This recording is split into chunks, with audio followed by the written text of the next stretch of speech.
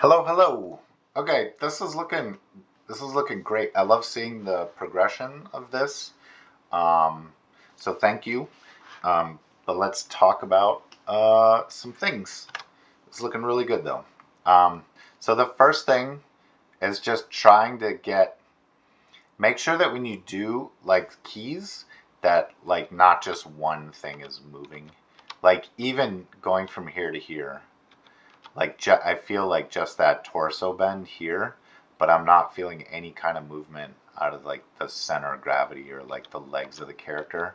So try to you know, think like move, even if it's just a little, like even just a little like dip down of the center of gravity is really going to help make it feel like more organic and more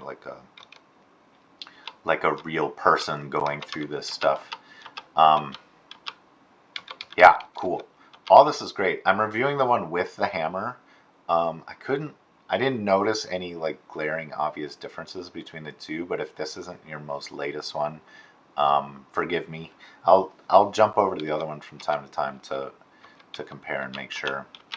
One of the things that may help the audience focus on what's happening here is not to have the head dip so far down, but to have the head kind of be still plausibly focused on the target. I know that this rig doesn't exactly have eyes, but they should be. It'll help our audience know where they're supposed to focus if they can see where your character is focusing. You know, this kind of stuff is great where the head is like kind of part of the line of action. You know, like you got this stuff going on here. So I'm not saying like the head has to be in one total perfect pose the whole time, but it may be a little stronger if it's still kind of plausible that it's peeking, that the character's like looking under his brow or whatever at, you know, the target over here. That poor fellow who's having a very bad day. But anyways, I really like this because I'm feeling the torso pull forward and the hammer is staying back. You know, that's great. You did a great job with that. And then this is like a really nice dynamic. I also like how, you know, you're keeping the feet on the ground. This feels like a really powerful pose right here, and I'm loving it. I really feel like the force is coming up through your character's leg, and it's going to be like transferred into this hammer swing. And this is great too, like how the torso's tipping back as if like it really needs like the whole body thrown into this thing to get that. Again, I would right now it feels like the head is tipped kind of back away from the camera, like we're seeing the underside of that, and maybe I would just try to keep it more like level and focused on the target coming in. I'm not saying you can't go into a profile view, but maybe tipping it away from the camera isn't as strong of a pose as it could be right here. And then this is great. I really feel this. I really love how you're twisting the upper body around, and it really makes the hammer feel heavy. Like this character has to put their all into just getting this hammer up to speed to move to do this like powerful smash, which is great. There is something though that I think needs a little bit of attention, and that's going to be the overall path and spacing of the hammer. You know what I mean? If I was to track like the mass of this head over the course of the frames, like all this feels like it's working well as far as, you know, again, this is steps, so, but if we compare like where the hammer exists in space, this feels like a big jump to me to the contact. So let's look at it in ghosting and see if those instincts are correct. Yeah, maybe it's fine because it is picking up speed and accelerating. So maybe if I could make I would suggest that just because it goes from here, here, and then it makes a huge jump, maybe if you really want to communicate the weight of this thing, it's going to be best to get it to take a little bit more time to get up to speed. So let me turn off ghosting because it's turning into a mess. So if you want to delay the hammer going from here to here, but I don't want to mess up your pose. Like if you move the hammer back, it may affect your pose in a way that's undesirable. If you can move the hammer back without messing up your pose, that's great. But if you can't, maybe what you need is another pose between these two poses here. So what is this? You know, maybe you need to insert a pose between these two so you can spend a little more time getting the hammer up to speed. Because like here to here, it doesn't feel like there's a lot of hammer movement going on. And that, I think that's one of the things that's great that makes it feel like really heavy. But let me check the spacing.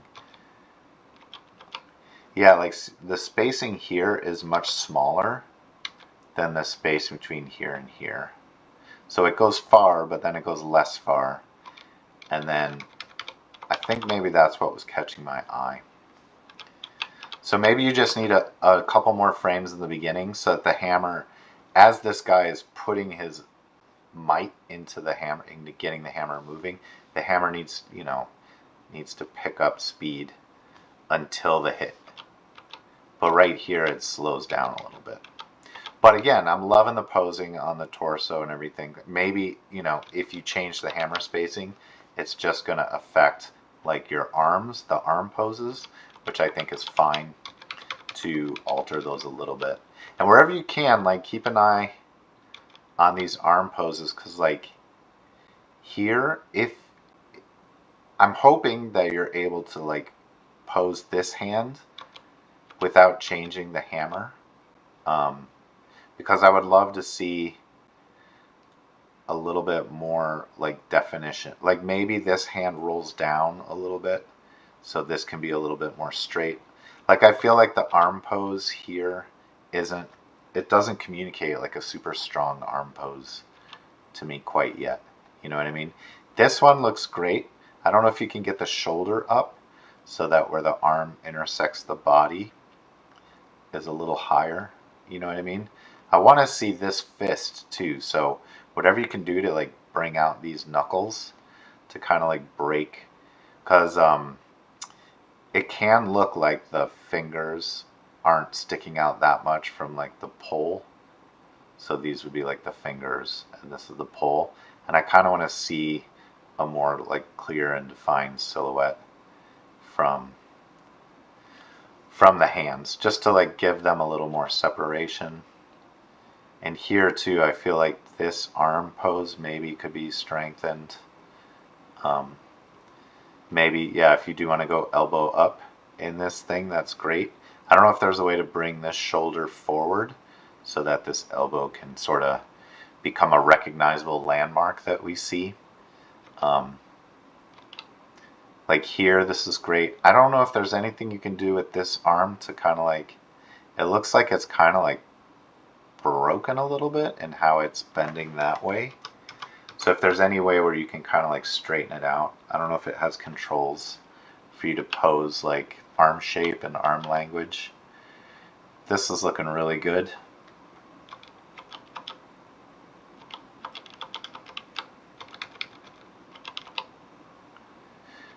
Okay, cool. I think here on this pose, maybe this is a good place to have the fingers like we start to open, you know, and the hands start to come free.